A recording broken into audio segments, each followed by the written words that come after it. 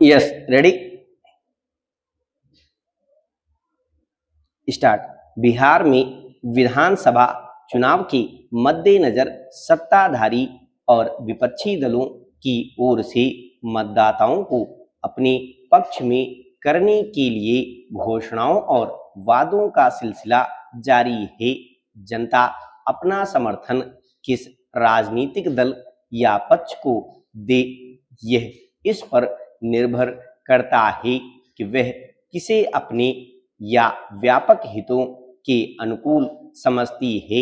यह लोकतंत्र का एक जीवन तत्व है कि राजनीतिक पार्टियां सत्ता हासिल करने के लिए जनता के हितों को केंद्र में रखें, मगर इस क्रम में पिछले कुछ वर्षों में हुआ यह है कि लगभग सभी राजनीतिक दल ऐन चुनावों के वक्त आम लोगों के सामने उनके हित के नाम पर ऐसे वादे करती हैं कि साधारण मतदाता कई बार सभी पक्षों की ईमानदारी का समग्र मूल्यांकन करने के बजाय तात्कालिक घोषणाओं से प्रभावित हो जाते हैं।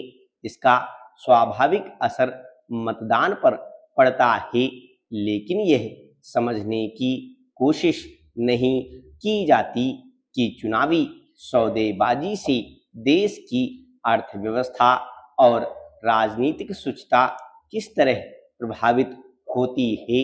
बिहार में वोट जुटाने के मकसद से सत्ताधारी राष्ट्रीय जनतांत्रिक गठबंधन और विपक्षी महागठबंधन की ओर से मतदाताओं को रिझाने के लिए कई तरह की सौगात देने की घोषणाएं की गई हैं।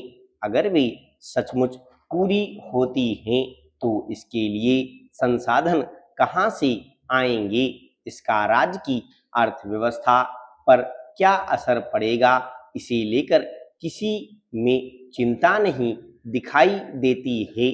मसलन चुनावों को ध्यान में रखते हुए मुख्यमंत्री महिला रोजगार योजना के तहत करीब 1.25 करोड़ महिलाओं को 10-10 हजार रुपए की राशि दी गई, जिससे राज्य के खजाने से 12,000 करोड़ रुपए से ज्यादा व्यय हुए।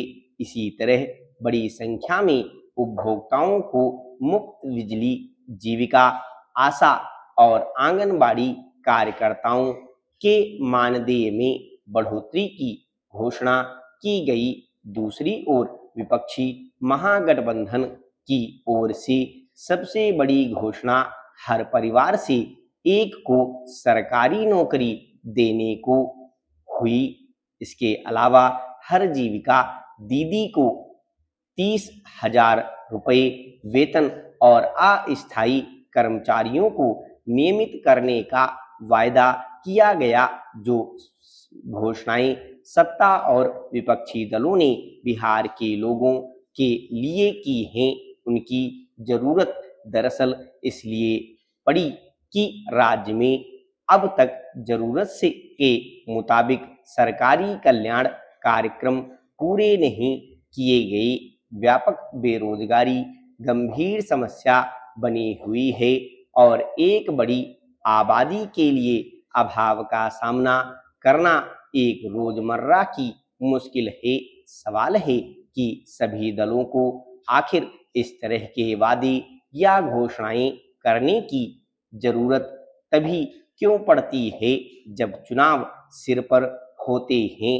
सत्ता में रहते हुए उनकी प्राथमिकताएं आम जनता की बजाय कुछ और क्यों हो जाती हैं।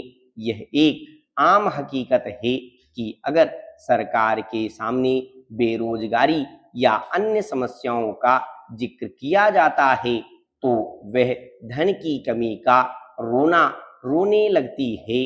फिर चुनावी सौदेबाजी के तहत परोसी जाने वाली मुफ्त की सुविधाओं के लिए धन और संसाधन कहां से आ जाते हैं। हालांकि एक पक्ष यह भी है कि अगर कोई भी सरकार ईमानदार इच्छा शक्ति के साथ काम करे तो वह नागरिकों को आर्थिक, सामाजिक रूप से सशक्त बनाने के लिए बिना अर्थव्यवस्था को नुकसान पहुंचाए सब कुछ कर सकती है, लेकिन यह इस पर निर्भर करता है कि कल्याण कार्यक्रमों का स्वरूप क्या है।